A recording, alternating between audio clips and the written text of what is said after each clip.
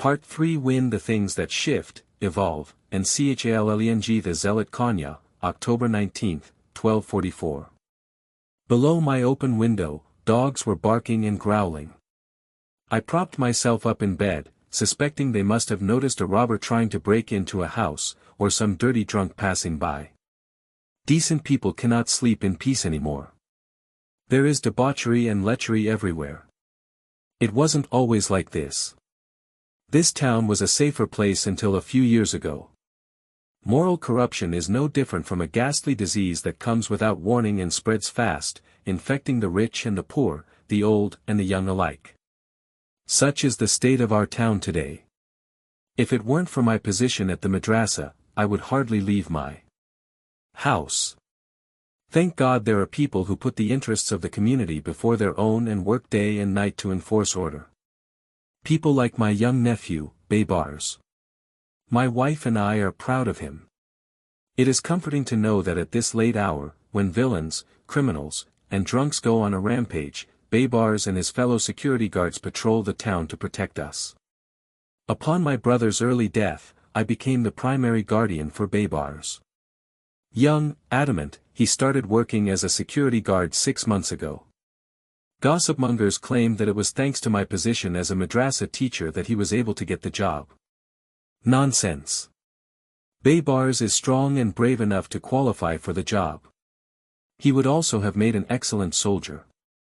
He wanted to go to Jerusalem to fight against the Crusaders, but my wife and I thought it was time for him to settle down and start a family. We need you here, son, I said. There is so much to fight against here, too. Indeed there was. Just this morning I told my wife we were living in difficult times. It is no coincidence that every day we hear of a new tragedy. If the Mongols have been this victorious, if the Christians could succeed in furthering their cause, if town after town, village after village is sacked by the enemies of Islam, it is because of the people who are Muslims in name only. When people lose hold of the rope of God, they are bound to go astray. The Mongols were sent as a punishment for our sins. If not the Mongols, it would have been an earthquake, a famine, or a flood. How many more calamities do we have to experience for the sinners in this town to get the message and repent their ways?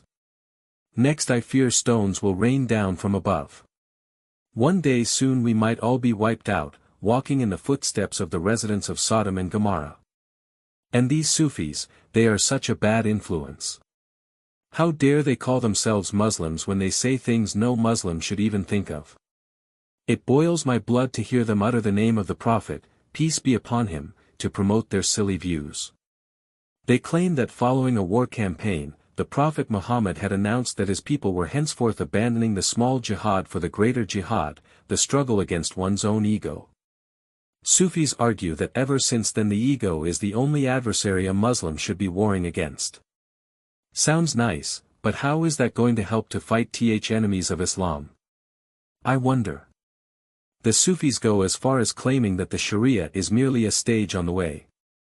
What stage, I say, what are they speaking of? As if that weren't alarming enough, they argue that an enlightened person cannot be bound by the rules of early stages. And since they like to think of themselves as having already reached a supreme level, they use this as a poor excuse to disregard the rules of the Sharia. Drinking, dancing, music, poetry, and painting seem more vital to them than religious duties.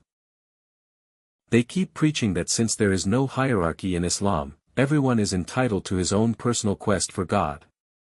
It all sounds inoffensive and harmless, but after one wades through the boring verbosity, one discovers that there is a sinister side to their message, that there is no need to pay attention to religious authorities. As far as the Sufis are concerned, the Holy Quran is replete with obscure symbols and layered allusions, each of which ought to be interpreted in a mystic way. So they examine how every word vibrates to a number, study the hidden meaning of numbers, and look out for veiled references in the text, doing everything in their power to avoid reading God's message, plain and clear. Some Sufis even say that human beings are the speaking Quran. If this isn't sheer blasphemy, I don't know what is. Then there are the wandering dervishes, another troubled category of misfits. Kalandaris, Haydaris, Kamius, they're known under all sorts of names. I'd say they are the worst. What good could come out of a man who cannot settle down?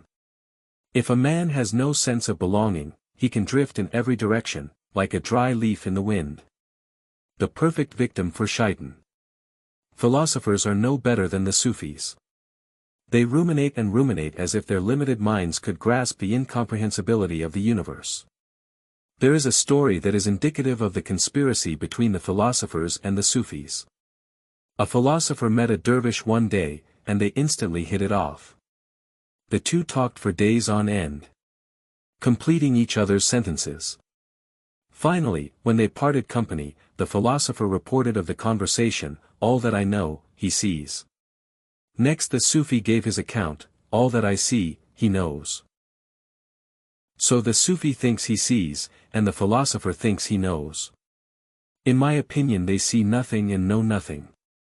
Don't they realize that as simple, limited, and ultimately mortal human beings, we are not expected to know more than we should? The most a human being is capable of attaining is a mere smattering of information about the Almighty. That's all. Our task is not to interpret God's teachings but to obey them. When Baybars comes home, we will talk about these matters. It has become a habit, our small ritual.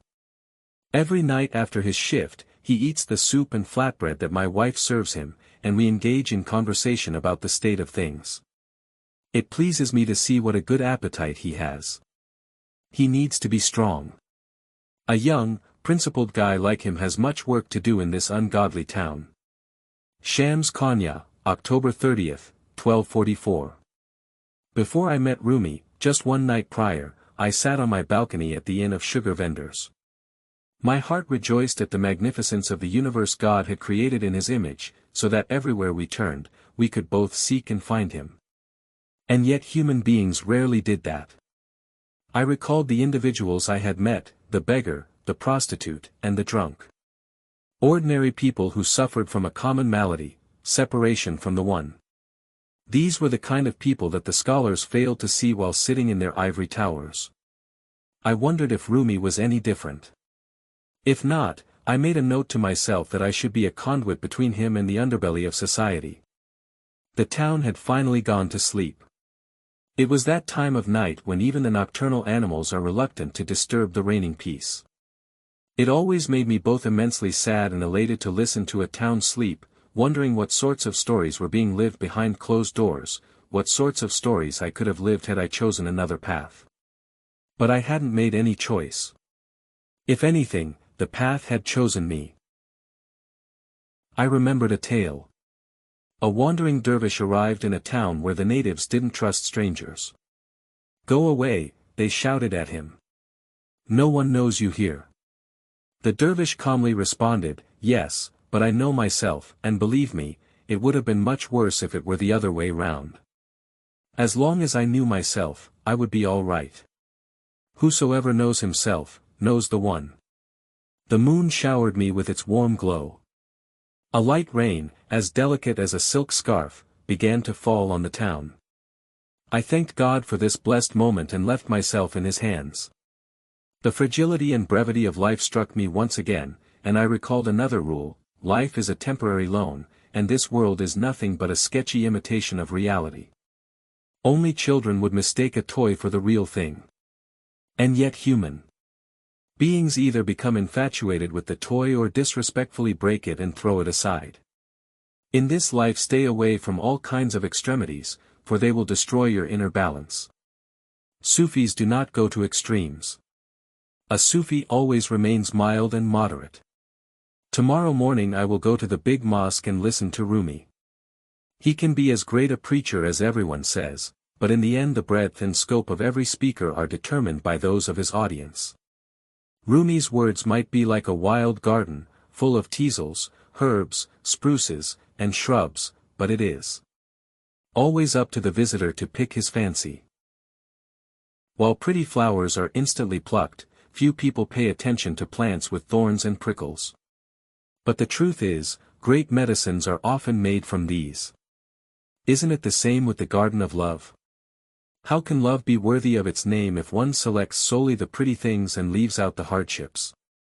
It is easy to enjoy the good and dislike the bad. Anybody can do that. The real challenge is to love the good and the bad together, not because you need to take the rough with the smooth but because you need to go beyond such descriptions and accept love in its entirety. There is only one more day before I meet my companion. I cannot sleep. Oh, Rumi, the king of the realm of words and meanings. Will you know me when you see me? See me.